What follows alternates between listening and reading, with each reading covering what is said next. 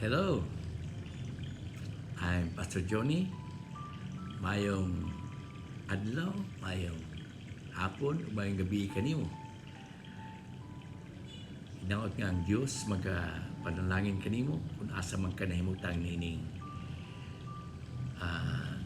nindot nga kalibutan nga gihatag sa Diyos kanato sa atong kinabuhi.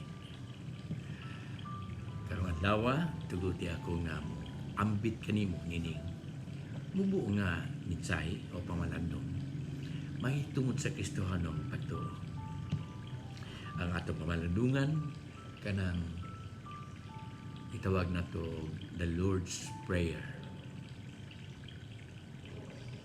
Okay? O ang ampo sa amahan namo. Kung atong balikan sa pamalandong ug ngano tong mitudlo si Jesus niining ampuha sa iyang mga tinun-an tungod kay nihangyo iyang mga nahaunang tinun-an unsaon pag-ampo. Wala sila mohangyo kang Jesus unsaon pag-ampo tungod kay dili sila maantigong maampo. Dili. Ang mga Hudiyo kaniadto labi na mga kalalakinan, bata pa, starting 12 years old, gitrained na sila sa sinaguga aron mahimong religious leaders. So expert na sila. Part of it is unsaon pag-ampo. Apan siguro sa ilang pakikuyo-kuyo kang Hesus kay decidir man sila nga ilang biyaan ang ilang karaang pagtuo o ubalin sila sa pagtuo nga bag-o diha kang Hesus. Unya nakita nila nga effective, powerful ang ampo ni Hesus, ni Ginoong Hesus.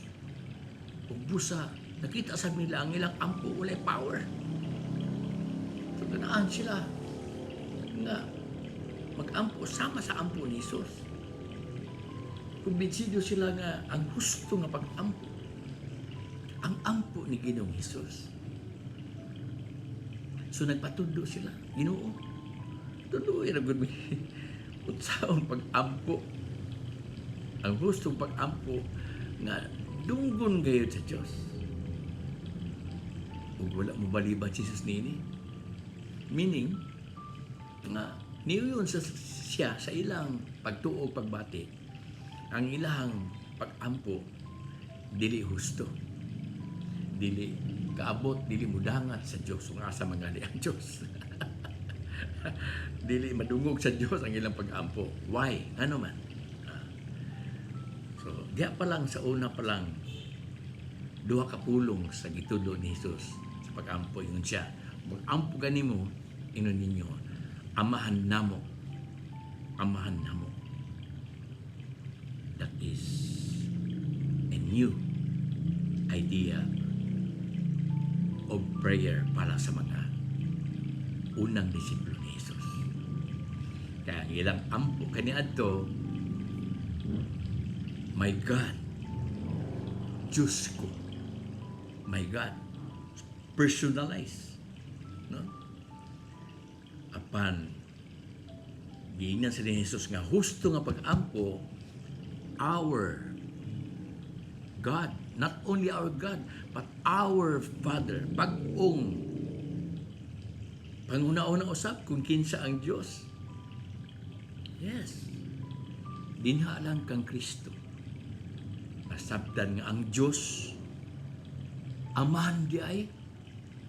Dili lang amahan nako, amahan nato. Unang, huwag ampo ka mo, ingnan ninyo, amahan namo. What does that mean? In comparison sa karaang pagi sa pag-ampo nga mingon, my God, akong Diyos.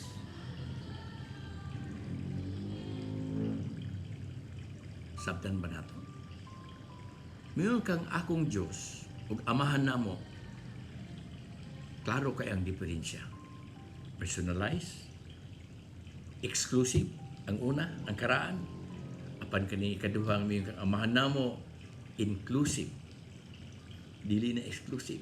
Kay ang Dios dili lang imuha, atong Dios nga tanan. Kay kita iyang pamilya, iyang mga anak. In other words, ang karaang pag-ampo selfish. Makaugalingon nun. Amahan nako, Diyos ko. Diyos nako, makaulagalingon nun. Makaugalingon nun. Sorry. So, dini sa bagong tuto ni Kristo sa pag-ampo. Kinahanglan. Iyan ituluan ng mga tinunan. Sa sugod pala, kinahanglan. Always selfless. Selfless ang bisan pa diya sa itong pag-ampo. Pamanagingon niya itong sa kagayon nga siya, kinsa ka itong musunod ka na ako, kinahanglan maghikalimot sa iyong kagalingon. No? Must deny himself. Selflessness. So Christianity is about selflessness. No? Una siya ang Christianity. Dili sa masakaraang pagtuo nga personalize nimo ang Dios. Kinahanglan nga bisan diya sa pag-ampo ang atong pagbati kanunay kauban sa mga anak sa Dios. So mayong kita nga amahan namo. It is always wrong nga God, I pray. No? Dili na, wala na mahayon sa tulo ni Kristo. Pero daghang gaampo nga mga Christian preachers nga mayingon, I pray, Lord, I pray, Lord, I pray. Dili na siya. Always, Lord, we pray. We pray. Kaya dili lang ikaw ang anak sa Diyos. Kitang tanan, anak sa Diyos. Okay? So, sa mga UCCP, United Church Compassion in the Philippines, usually, yung anak good mo ampo ang mga pastor. Na ay mga pastor sa UCCP nga, bag-uron nga, mingon po, nga dili yung anak ginampuan, nan kinahanglan nga, i-update na sila. Okay? So, we should be inclusive, selfless, self-denying, even in our prayer. Okay? Second, sa pag-ingon ni Ginoong sa Kristo nga kung maampo gani mo mayon mo nga amahan namo kana usa ka pagpahinumdom dili lang nga kita ana sa bag-ong relihiyon ni Kristo, dili pagpahinumdom ka na nga kita kanunay magtatahay sa usa sa ingon nga panimalay, ingon nga managsuon kay siya ra ang Diyos ra ang atong usa ka ginikanan, tinuod nga ginikanan nato, tinuod nga atong ginikanan sa atong kinabuhi.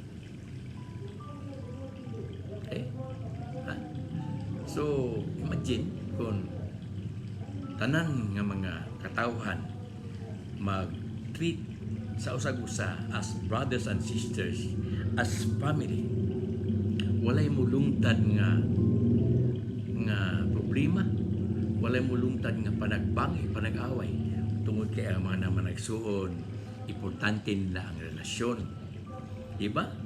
So lahi man nag-away ganita, kuan kita manikamot gud nga masiuli ta kay mawala ang kahulugan, mawala ang atong kalipay sa pagpuyo ingon nga panimalay.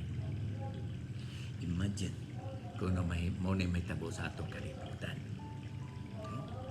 Muna'y nakanindot sa Kristohanong pagtuo. Kay naa nato ang pagtuo nga muhimo kita maayong relasyon sa usag-usa. We should make everyone, every person, not only in our family, in our church community, but even in a larger community, na kita mga managsuon. Sa diha nga ato ka ng buhaton, nindot ang kinabuhi, di ba? Sa may ganahan o mga tao nga, wala tayo paghugmay sa usag-usa, di ba?